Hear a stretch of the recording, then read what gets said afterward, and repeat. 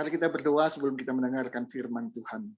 Bapa kami di dalam surga, dalam nama Tuhan Yesus Kristus. Pagi ini kami bersyukur Tuhan, kami boleh kembali datang ke hadirat-Mu, memuji dan memuliakan nama-Mu. Saat ini Tuhan, kami mau mendengarkan firman-Mu yang disampaikan oleh hamba-Mu Tuhan. Bapa, berfirmanlah, urapi kami, berkati kami. Kami buka hati kami Tuhan. Baik ada di tempat ini maupun yang mengikuti ibadah ini lewat Zoom, Facebook, atau melihatnya di YouTube. Tuhan memberkati kami semua di dalam nama Tuhan Yesus Kristus. Haleluya. Amin. Puji Tuhan. Shalom. Hari ini kita akan mendengarkan firman Tuhan dengan judul Tegar Tengkuk. Tegar tengkuk. Saya tambah dengan kata tegar tengkuk adalah penghalang dari berkat. Oke, kita buka kitab 2 Tawarikh.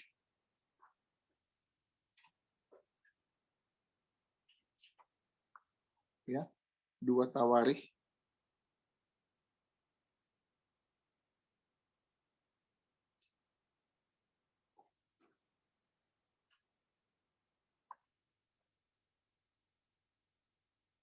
Pasal yang ke-30.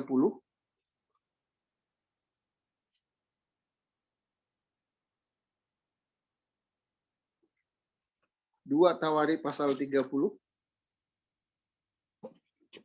Ayat yang ke-8. Kita sama-sama membaca. 2 Tawarikh pasal 30 ayat yang ke-8.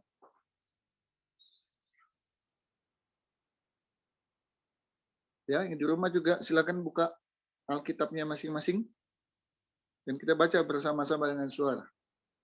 Tidak kejar-kejaran, tidak cepat-cepatan, tapi dengan suara yang keras dan tidak terlalu cepat. 1, 2, 3. Sekarang janganlah tegar tengkuk seperti nenek moyangmu.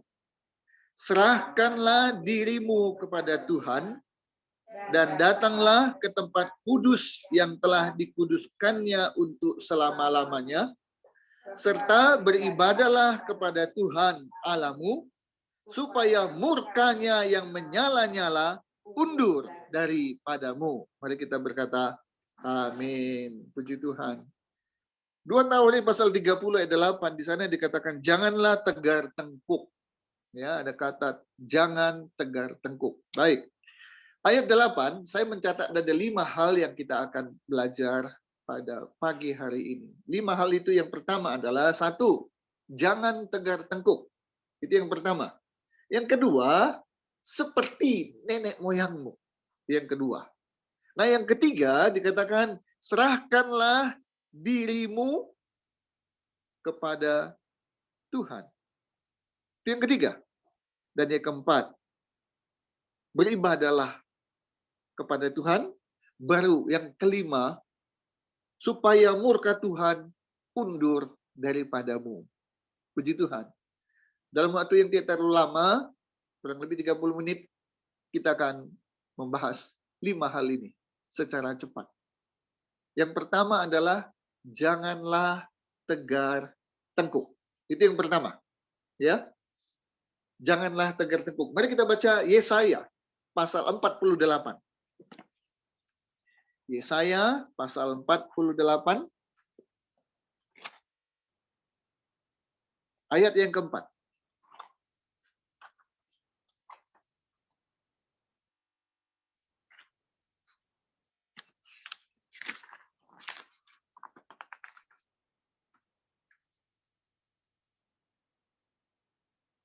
Yesaya 48 ayat yang keempat.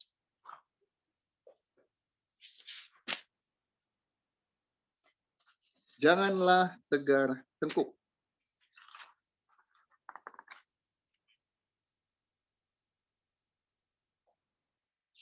Yesaya 48 ayat yang keempat. Kita baca bersama-sama. 1, 2, 3. Oleh karena aku tahu bahwa engkau tegar tengkuk keras kepala dan berkepala batu. Nah, jadi aku tahu ya, engkau ini tegar tengkuk. Apa itu tegar tengkuk? Keras kepala dan berkepala batu. Nah, keras. Ya, batu kan keras ya. Kepala kita nggak terdiri dari batu, tapi isinya itu bisa sekeras batu. Kalau kita lihat atau saya baca dalam Kamus Besar Bahasa Indonesia atau KBBI, tegar tengkuk artinya sama seperti yang ditulis di Alkitab kita. Satu, keras kepala. Kedua, tidak mau menurut. Nah, kalau tidak mau menurut ini artinya apa? Tidak taat, tidak setia, dan tidak patuh. Ya, ada kata yang juga mungkin cocok dengan kata tegar tengkuk, bebal. Nah, ya, dikasih tahu nggak mau, udah tahu nggak boleh, tetap dikerjakan. Nah, ini bebal namanya ya. Nah, orang yang seperti ini, kalau dinasehati, saudara-saudara, bukan hanya dia menolak, tapi juga membantah dan melawan. Ya, ini yang namanya tegar tengkuk. Dikasih tahu, bukannya terima, tapi ngelawan. Ya, nah ini yang namanya tegar tengkuk.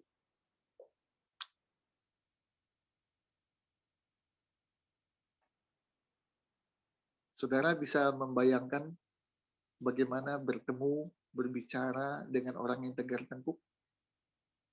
Ya. Sungguh satu hal yang sangat tidak menyenangkan. Begitu juga Tuhan nggak suka pada bangsa Israel yang tegar tengkuk, pada kita yang tegar tengkuk. Banyak orang yang merasa itu yang tegar tengkuk itu hanya bangsa Israel. Dan itu juga waktu zaman Alkitab, yang zaman ratusan tahun, ribuan tahun lalu. Yang tegar tengkuk ada juga di zaman sekarang. Orang yang keras kepala, nggak bisa diomongin. Padahal demi kebaikan dia abaikan, bahkan dia ngelawan. Dia ngebantah. Ya, saudara, saya berharap firman Tuhan yang kita dengarkan pagi hari ini tidak hanya untuk orang lain, tapi seandainya itu ada pada diri kita, berubah, berubah, berubah. Ya, oke. Jangan tegar tengkuk, yang keras kepala, yang tidak bisa diomongin, tidak bisa disampaikan sesuatu yang baik, tidak bisa dinasehati. Ya, jangan tegar tengkuk. Yang kedua, kita lihat. Yang kedua adalah seperti nenek moyangmu. Nah, ya. Kita baca Ulangan 9 ayat 13. Ulangan 9 ayat 13.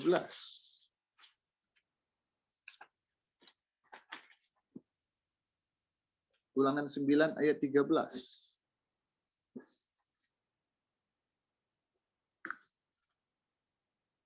Kita baca 1, 2, 3. Lagi Tuhan berfirman kepadaku, telah kulihat bangsa ini dan sesungguhnya mereka adalah bangsa yang tegar tengkuk. Nah, Tuhan sendiri bilang bangsa ini, bangsa apa? Bangsa Israel. Ya. Itu kan bangsa Israel. Saya kan tidak. Nah, hati-hati. Udah ngomong begitu, udah mulai nampak itu ciri-ciri tegar tengkuk itu. Ya. Orang yang tegar tengkuk cepat sekali bereaksi. Kadang-kadang orang belum selesai ngomong, dia udah ngomong duluan.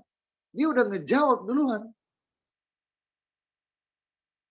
Saya sempat nonton sebuah video, ada orang yang menerima nasihat. Ya. Ini dia bereaksi. Bereaksi dengan nggak ngomong, bukan dengan membantah, bukan dengan melawan. Reaksinya beda. Jadi ceritanya begini. Dia dinasihati, kamu pernah nggak mencuci kaki ibumu? Untuk apa? Untuk mendapat restu dari ibumu. Oh gitu? Iya. Kamu harus cuci kaki ibumu dan airnya kamu minum. Dia dengar itu, langsung pergi. Pulang ke rumah, dia cari ibunya. Dia tanya, mana ibu? Lagi ke pasar. Ke pasar. Dia lihat, hujan gerimis. Waduh, ini kalau pasar hujan gerimis, itu kan becek. Tapi dia dengar tadi nasihat. Kamu mau dapat restu dari ibumu? Cuci kakinya. Akhirnya, kamu minum. Dia langsung pergi. Langsung praktekkan. Dan tidak lama ibunya pulang. Dia lihat, betul. Kakinya kotor. Dia langsung panggil ibunya. Bu, duduk bu. Kenapa? Tenang aja. Dia ambil baskom dengan air. Dia bersihkan kaki ibunya. Dia tahu sendiri bagaimana air baskom itu. Kotor. Dan apa yang dia lakukan? Dia minum. Kemudian datang kepada orang yang memberi nasihat. Pak, saya sudah lakukan, Pak. Apa yang kamu lakukan? Ini seperti Bapak bilang. Cuci kaki ibumu, akhirnya kamu minum. Oh iya. Tapi kamu bersihkan dulu nggak kaki ibumu? Enggak, Pak. Nah, itu dia. Kan Bapak bilang bersihkan, kemudian ini. Iya, tapi kamu langsung pergi. Saya mau bilang, sebelumnya kamu bersihkan dulu kaki ibumu. Baru kemudian setelah bersih, akhirnya juga ikut jadi bersihkan. Ada orang yang terlalu bereaksi, reaktif. Tidak dalam bentuk melawan, tapi langsung ambil keputusan sendiri. Ya, firman Tuhan katakan hari ini, jangan menjadi orang yang tegar tengkuk seperti nenek moyangmu, seperti bangsa Israel. Ya, dan jangan sekali-kali bilang saya nggak seperti itu. Tunggu dulu. Jangan langsung reaktif. Ya, apalagi bilang saya bukan bangsa Israel, saya bangsa Indonesia. Saya bukan tegar tengkuk. Kita ini adalah Israel rohani. Awas, hati-hati. Ya, firman Tuhan ingatkan, jangan tegar tengkuk. Apalagi kita bilang begini, saya ini kan cerminan dari orang tua saya. Kalau saya begini ya orang tua saya dong yang salah. Ya. Jangan menyalah-nyalakan orang lain, saudara kekasih dalam Kristus, siapapun dia. Mau nenek moyang, mau bapak, ibu, atau mau saudara, atau siapapun. Jangan bilang, saya udah keturunannya kayak begini. Jangan. Kita jadi apa? Tergantung pada apa yang kita putuskan sendiri. Kita mau jadi tegar tengkuk, jadilah kita tegar tengkuk. Sampai kapanpun kita akan tegar tengkuk. Keras kepala, nggak bisa diomongin. Tapi kalau kita mau memilih, saya tidak mau jadi tegar tengkuk. Apapun keturunan saya abaikan itu, dan saya mau menjadi diri saya sendiri yang berkenan kepada Tuhan. Yang ketiga, serahkanlah dirimu kepada Tuhan. Kita membaca, ini ayat emas dalam hidup saya. Ya, Mazmur 37 ayat 5. Jangan tegar tengkuk seperti nenek moyangmu, tapi serahkanlah dirimu kepada Tuhan. Mazmur 37 ayat 5. Ya, ini secara pribadi menjadi ayat emas saya. Mazmur 37 ayat 5 kita baca bersama-sama 1 2 3. Serahkanlah hidupmu kepada Tuhan dan percayalah kepadanya dan ia akan bertindak. Kalau bicara tentang nasihat, saudara, tentu ada sesuatu yang baik disampaikan kepada kita. Saya pernah ingat ada satu tulisan, ada kaitannya dengan memberi nasihat. Begini kata-kata dari tulisan ini. Kalau orang mengkritik kamu, ya sekali lagi, kalau orang mengkritik kamu, kritik itu kan nggak enak ya saudara ya. Orang lebih suka dipuji daripada dikritik.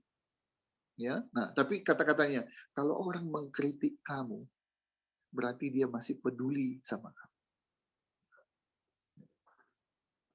Ya, kalau orang mengkritik kita, berarti dia masih peduli sama kita, saudara. Sekalipun kritik itu tidak enak kita dengar, apalagi nasihat, itu bukti kepedulian orang kepada kita. Sebab kalau orang nggak peduli lagi sama kita, kamu mau ngapain, kamu mau jungkir balik, kamu mau jadi apa? Emang gue pikirin, saya nggak peduli. Nah itu bahaya.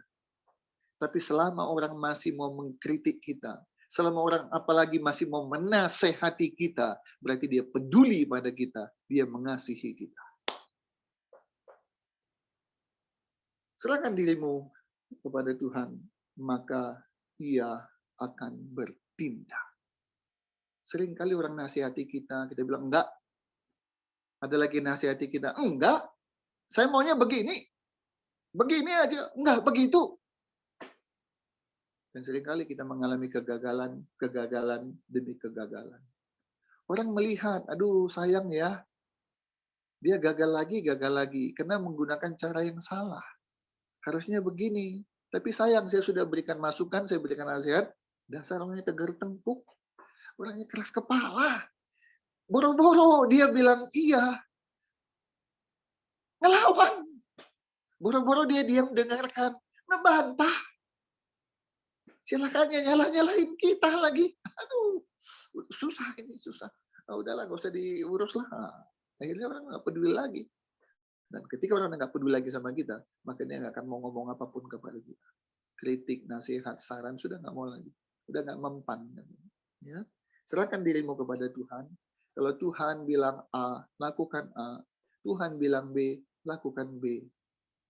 Dan lihat nanti, kalau kita taat, maka Tuhan bertindak. Dan kalau Tuhan bertindak, tidak ada kata gagal. Kalau Tuhan bertindak, tidak ada kekuatan yang bisa menghalangi, menghambat, menggagalkan. Tidak ada. Ya. Satu ayat lagi, Amsal 16 ayat 3. Amsal 16 ayat 3.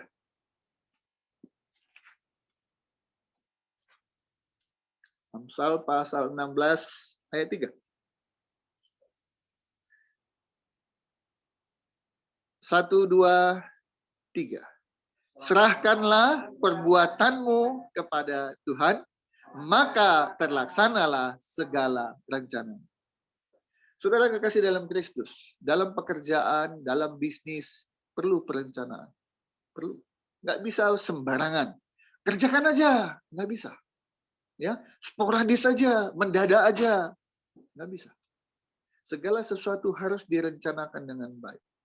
Dan rencana yang terbaik adalah ketika rencana itu kita serahkan ke dalam tangan Tuhan. Ya.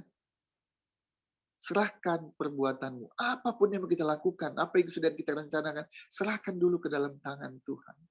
Minta dulu petunjuk dari Tuhan. Tuhan, kalau Engkau berkenan, biarlah apa yang hamba rencanakan ini, Engkau tolong menjadi sebuah kenyataan. Tapi kalau Tuhan melihat rencana ini tidak baik, kurang baik, harus diperbaiki, berikan hamba petunjuk. Bahkan Tuhan, rencana yang menurut hamba baik, kalau Tuhan anggap ini tidak baik, hamba akan tidak laksanakan. Berikan hamba petunjuk Tuhan. Enggak langsung bikin rencana, langsung kerjakan sendiri. Tidak. Ya. Semua diserahkan dulu ke dalam tangan Tuhan. Kalau itu kita lakukan, maka terlaksana segala rencana kita. Ada orang bilang, Pak Yunus, saya sudah punya rencana untuk bisnis ini. Bagus. Segala sesuatunya visible. Sangat memungkinkan. Sangat prospek. Tapi ketika saya menjalankan, Apa yang direncanakan tidak berjalan seperti apa yang saya inginkan. Oh. Saya coba lagi yang lain, Pak. Bagus. Prospek. Segala sesuatu. Wah, udah perhitungannya udah oke. Tapi tetap nggak berhasil, Pak. Begitu ya? Iya, Pak. Dari segi logika nggak mungkin lah ini nggak berhasil, Pak. Segala sesuatu sudah dipersiapkan dengan demikian rupa. Terus saya tanya, sudah berdoa? Dia diam. Terus dia jawab, sudah Pak. Bagaimana doanya? Ya doanya ya Tuhan tolong supaya jalan. Udah, itu aja. Jadi nggak pernah tanya sama Tuhan, apakah ini baik di mata Tuhan? Emang perlu katanya. Di situ. Ya, nah sekarang saya tanya, kamu perlu Tuhan nggak? Ya perlu. Nah, kalau memang kamu perlu Tuhan, kamu perlakukan apa Tuhan itu? Kamu anggap pesuruh.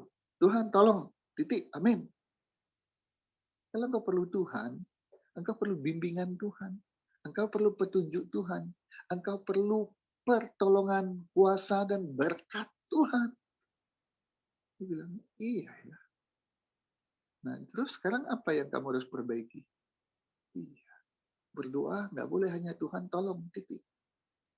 Tapi berdoa, Tuhan, saya ingin melakukan ini. Saya ingin melakukan itu. Bagaimana menurut Tuhan? Udah, laksanakan. Ketika dilaksanakan, segalanya berjalan dengan baik. Ada hambatan, bisa teratasi. Ada kesulitan, bisa teratasi. Kenapa? Melibatkan Tuhan dalam hidupnya, dalam perbuatannya, dalam pekerjaannya. Serahkan dalam tangan Tuhan. Ya? Maka terlaksana apa yang direncanakan, apa yang dilakukan. Enggak terlambat lagi. Sulit lagi. Gagal lagi. Tapi mulai ubah. Jangan tegar tengkuk seperti nenek moyang. Tapi serahkan semuanya dalam tangan Tuhan. Dengarkan apa petunjuk dari Tuhan. Mungkin dia utus orang-orang untuk datang kepada kita. Kawan, saya dengar kamu lagi bikin ini ya? Iya, bagus tuh. Udah dipikirkan nggak tentang idenya? Iya ya. Oh, terima kasih. Itu Tuhan utus orang untuk ngomong. Bahkan Nani bilang, itu nggak bagus. Kenapa kamu bilang nggak bagus? Karena begini. Tapi kalau dia beginikan, baru itu bagus. Oh iya ya. Itu petunjuk dari Tuhan. Hikmat dari Tuhan. Sehingga kita terbuka pikiran kita. Hal-hal yang tadi yang kita nggak pernah tahu sebelumnya, kita tahu. Itu hikmat dari Tuhan. Serahkan dirimu. Serahkan. Jangan berjalan semaumu. Merasa dirimu hebat, merasa dirimu mampu, kemudian Tuhan diabaikan. Tuhan jadi pesuruh. Tuhan, tolong ya. Tuhan, bereskan ya. Hei, kamu siapa? Ubah sikap kita yang benar. Sebelum kita melakukan sesuatu, minta petunjuk Tuhan. Menjalankan, minta petunjuk Tuhan dan berkat Tuhan. Selalu berharap hanya kepada Tuhan. Itu yang ketiga. Sekarang kita masuk kepada yang keempat. Yang keempat adalah beribadah kepada Tuhan. Kita baca Keluaran 23. Keluaran 23. Ayat 25. Keluaran 23 ayat 25.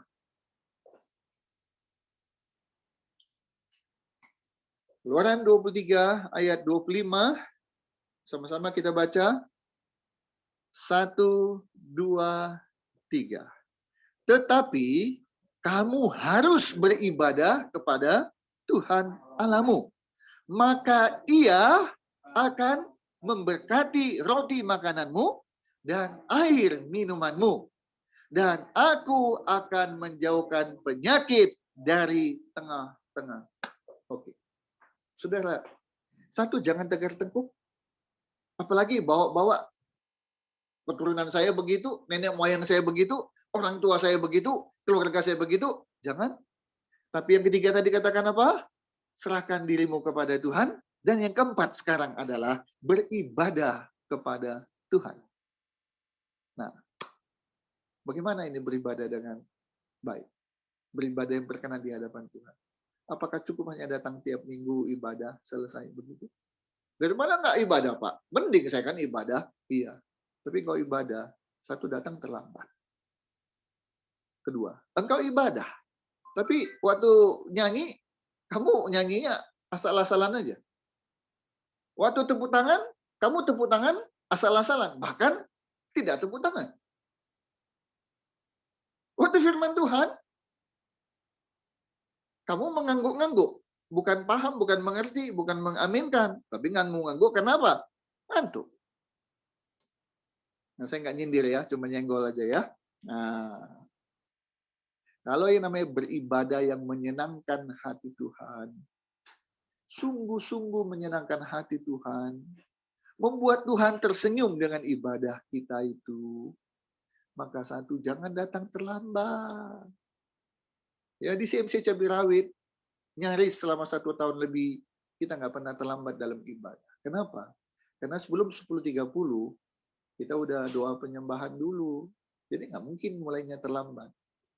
Wong sebelum mulai 10.30, kita udah doa dulu, udah penyembahan dulu. Ya, jadi jemaat jangan datang terlambat. Yang kedua, waktu memuji Tuhan, saudara, menyanyi itu paling berapa menit? 20 menit, 25 menit, 30 menit. Nggak akan habis suara kita kalau kita betul-betul bernyanyi dengan suara keras.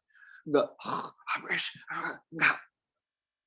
Waktu memuji Tuhan, keluarkan suaramu. Jangan cuma komat kamit, suaranya pun nggak ada. Nyanyi yang baik, nyanyi yang benar. Waktu tepuk tangan. Jangan cuma. Ya. Intinya bahwa ibadah, lakukan yang terbaik sehingga Tuhan senang dengan ibadah kita. Dan kalau itu yang kita lakukan, firman Tuhan katakan apa? Ia akan memberkati roti makananmu. Artinya kita akan diberkati, ya. Pekerjaan kita diberkati. Apalagi? Keluarga kita diberkati. Rezeki kita lancar. Dan yang kedua, aku menjauhkan penyakit dari tengah-tengah. Saudara yang mungkin sering sakit 1 tahun berapa kali ke dokter, bingung juga ya kenapa begitu ya. Nah, hari ini kita dengar firman Tuhan. Ibadah yang baik dan benar. Ibadah menyenangkan hati Tuhan. Maka segala sakit penyakit dijauhkan dari kita. Ya. Jadi saudara kekasih dalam Kristus, jangan main-main lagi dengan ibadah. Menganggap ibadah itu, ya tiap minggu juga ibadah. Saya seminggu bisa 2 kali, bisa 3 kali. Bukan berapa banyaknya kita beribadah, bukan berapa lamanya kita beribadah, tapi apakah kita beribadah yang menyenangkan hati Tuhan. Itu dia. Ya. Sejam pun kita ibadah kalau betul-betul menyenangkan hati Tuhan, berkat turun, rezeki turun, segala sakit penyakit dilalui. Ya. Nah, yang terakhir, yang bagian kelima. Nah, ada 5 hal tadi ya. Nah, yang kelima sekarang, ayo kita baca Bilangan 25. Bilangan 25 ayatnya yang keempat. Sebagai ayat kita yang terakhir untuk siang hari ini yang kita baca. Bilangan pasal 25 ayat yang keempat.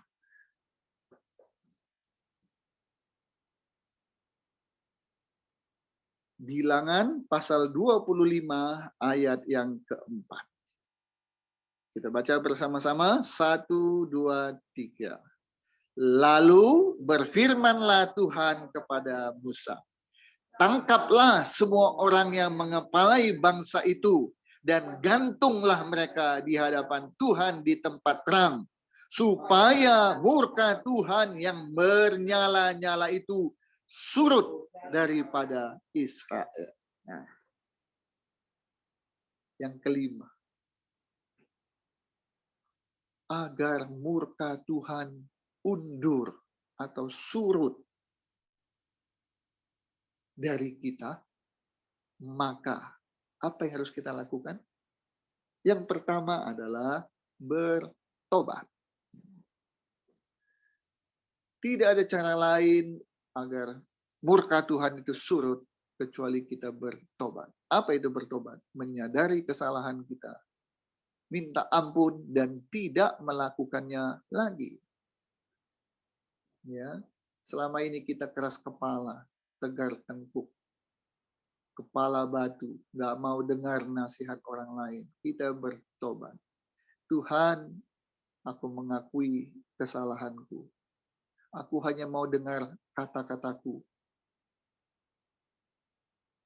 Jangankan orang lain, Tuhan aja saya nggak dengarkan. Jangan bangga dengan seperti itu. Ya, saya jadi ingat seorang dosen dalam sebuah acara talk show, dia katakan begini.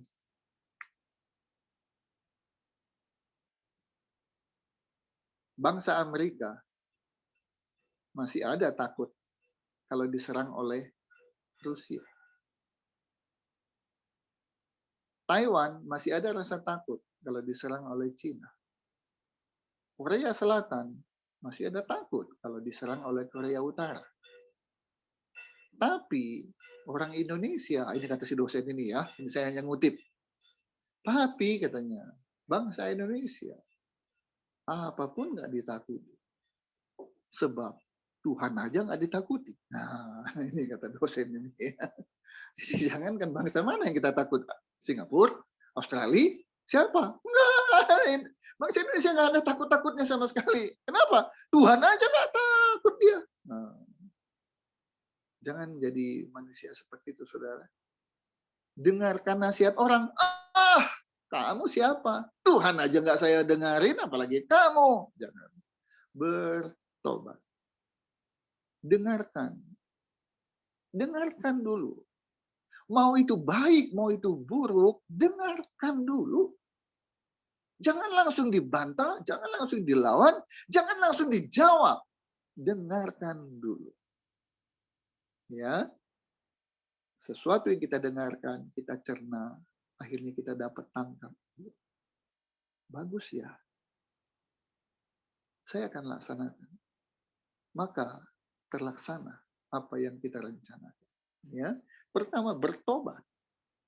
Yang kedua, senangkan hati Tuhan. Tuhan bilang, tangkap semua orang yang mengepalai bangsa itu dan gantung mereka di hadapan Tuhan di tempat yang terang. Apa yang Tuhan suruh, kerjakan. Taat. Senangkan hati Tuhan. Bagaimana cara menyenangkan hati Tuhan? Gampang. Lakukan apa yang Dia suruh. Ya, lakukan apa yang Tuhan suruh. Maka Tuhan akan senang. Itu aja sederhana. Murka Tuhan akan dilalukan dari kita. Kemarahan Tuhan akan dilalukan dari kita. Dengan cara bertobat. Dan kedua, senangkan hati Tuhan. Kalau yang kita lakukan, saudara, maka hidup kita akan Tuhan berkati. Judul khotbah hari ini adalah tegar tengkuk penghalang berkat. Orang seringkali bilang, kamu nggak diberkati, kenapa? Kamu banyak dosa. Ya, dosa menghalangi berkat, betul. Tapi banyak orang merasa, saya nggak melakukan dosa. Saya nggak mencuri. Saya nggak memperkosa. Saya nggak membunuh. Saya nggak korupsi. Ya, tegar tengkuk itu adalah sesuatu yang Tuhan tidak suka. Dan murka Tuhan akan turun ke atas orang yang tegar tengkuk. Seperti bangsa Israel. Jadi jangan merasa karena nggak lakukan dosa ini, dosa itu, aman. Tegar tengkuk sesuatu yang tidak disukai oleh Tuhan. Ubah. Ya, jadi kita mulai berkata, Tuhan, hari ini aku dengarkan firman-Mu, aku mau ikuti apa yang Kau suruh. Aku mau dengar-dengaran. Siapapun yang berbicara, menyampaikan sesuatu padaku, aku mau dengar dulu Tuhan. Aku nggak mau jawab dulu, apalagi aku mau membantah dan melawan. Aku mau dengar. Hal yang baik yang sudah ku dengar, nggak hanya ku simpan, tapi ku kerjakan. Apalagi kalau Tuhan yang suruh lewat doa, lewat firman, aku akan patuh, aku akan taat.